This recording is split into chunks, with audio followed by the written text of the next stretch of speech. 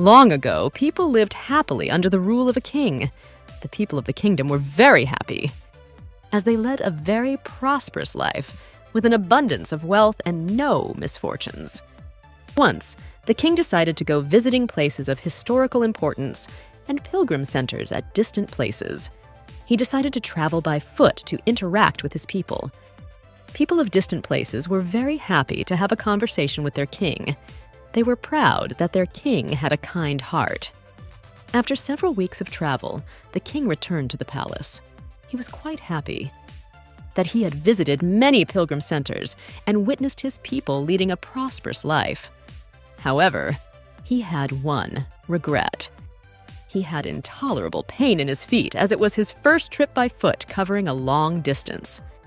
He complained to his ministers that the roads weren't comfortable and that they were very stony.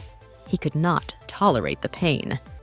He said that he was very much worried about the people who had to walk along those roads, as it would be painful for them too. Considering all this, he ordered his servants to cover the roads in the whole country with leather so that the people of his kingdom can walk comfortably. The king's ministers were stunned to hear his order, as it would mean that thousands of cows would have to be slaughtered in order to get sufficient quantity of leather.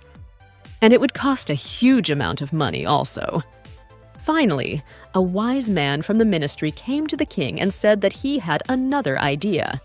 The king asked what the alternative was. The minister said, "Instead of covering the roads with leather, why don't you just have a piece of leather cut in appropriate shape to cover your feet?" The king was very much surprised by his suggestion and applauded the wisdom of the minister. He ordered a pair of leather shoes for himself and requested all his countrymen also to wear shoes.